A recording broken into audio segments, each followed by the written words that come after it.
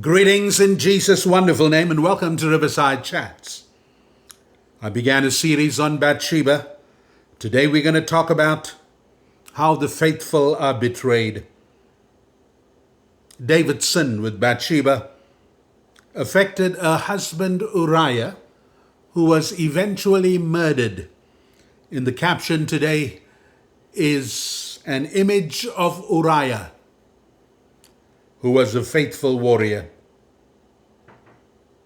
David had the audacity to betray men who were closest to him. The two men are Eliam. Eliam was the father of Bathsheba, and Uriah was the husband of Bathsheba. Both were listed in David's mighty men. Behind this well-known story of David and Bathsheba are these two figures. Both were men of honor. Both were deeply affected and wounded by what David did with Bathsheba. God sees the pain of the faithful. Often the faithful are betrayed. Even when they respond with integrity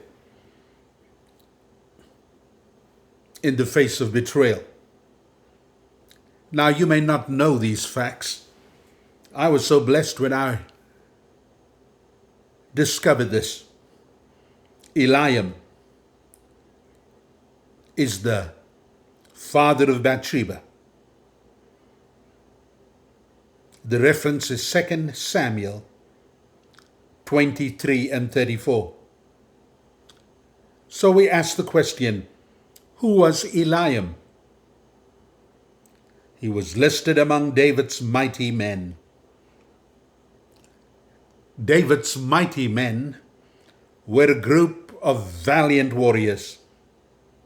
David took a group of disgusted, broke, and men who had no resolve, and he made them into mighty men. God is looking for mighty men. He's looking for mighty men of valor. God looked at Gideon, you remember? Gideon was hiding in a cave from the Midianites. The pre-incarnate Christ visits him and calls him a mighty man of valor. God is in the transformation business. You know, you can be involved in the transformation of other people, but yet you could have problems of your own. Who was Eliam? Eliam was the father of Bathsheba. He must have grieved for his daughter. His daughter was dishonored by David. He loved David. He could do anything for David. He would die for David, if necessary. Eliam was the son of Ahithophel. He was the Gilonite, and he was David's trusted counselor. You see, the web thickens. This is no ordinary person that David sins with. He sins with one of his mighty men's wife. He didn't have a number of wives like David. He had one, and she was beautiful. Who is Eliam? The father of Bathsheba, the son of Ahithophel, the Gilonite, David's counselor. If the father was important, how much more the grandfather? Often grandfathers love their grandchildren. We have 4, all grandsons. Someone asked me the other day, well, is the little one your blue-eyed boy? No, he's been through a lot, and that's why I post pictures of him. We have had the others for much longer than we've had him. But I can honestly say I love them all equally. They all a delight to us.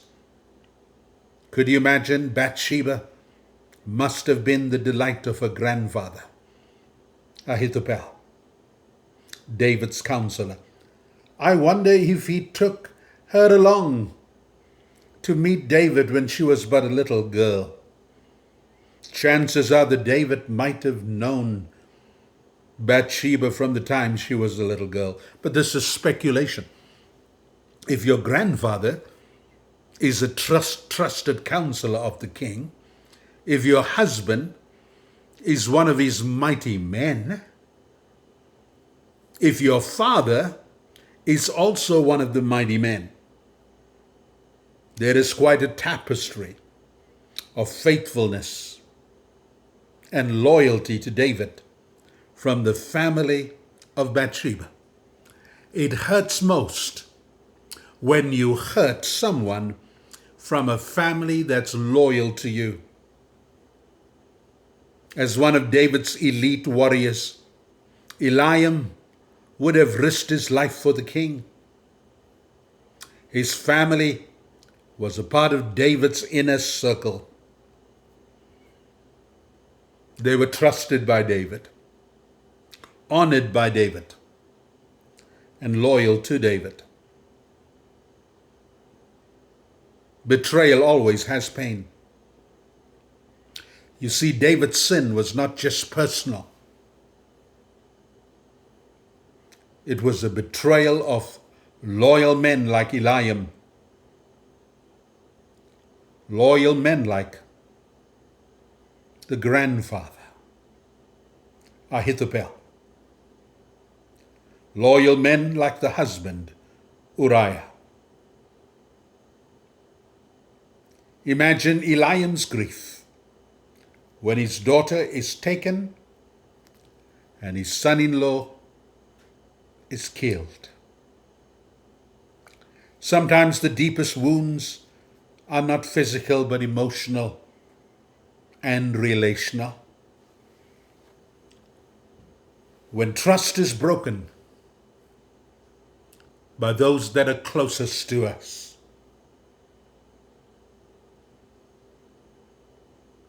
Eliam was the father of Bathsheba. Ahithophel was the grandfather. Now, who was Bathsheba's husband? The Bible calls him Uriah the Hittite. He was a faithful warrior. Evidence of this is found in 2 Samuel chapter 11. Uriah the Hittite was a Gentile by birth. He was not a Jew, but he became a worshipper of Yahweh. He became a proselyte, a convert to Judaism. His name means Yahweh is my light. The Lord is the light of my salvation. Whom shall I fear? The Lord is the strength of my right hand. Of whom shall I be afraid? Uriah is also listed among David's mighty men. True, David took him and transformed them.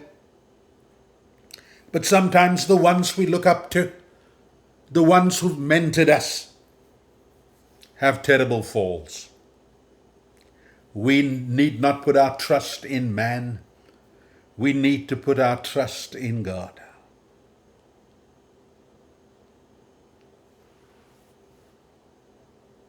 Uriah was loyal to David. He was loyal to the army. He was loyal to God. You see, Uriah was a man of integrity. When he was called back from battle, he did not want to enjoy. He refused to enjoy comfort while his comrades were at war. 2 Samuel 11:11. You know what David did? He sinned with Bathsheba.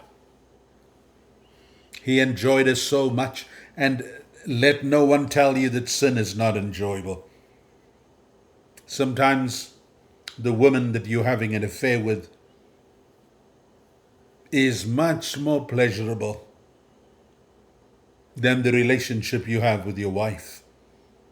While sin is ugly and bad, oh, some sinners have a great time, especially in the realm of sexual sin and relationships. David had 10 wives, maybe not 10 at this time. If he wanted to curb his appetite sexually, he could have called for any one of them. Nobody wanted Bathsheba. He wanted another man's wife. He enjoyed his relationship with Bathsheba. What could she do? This was the king. It might have flattered her.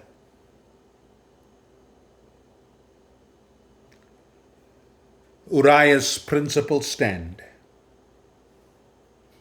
was so different to David's compromised heart. There is the ultimate injustice here. These men were loyal. Uriah was loyal to David.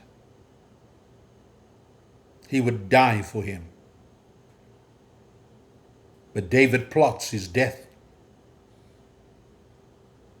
Uriah died unaware of the betrayal.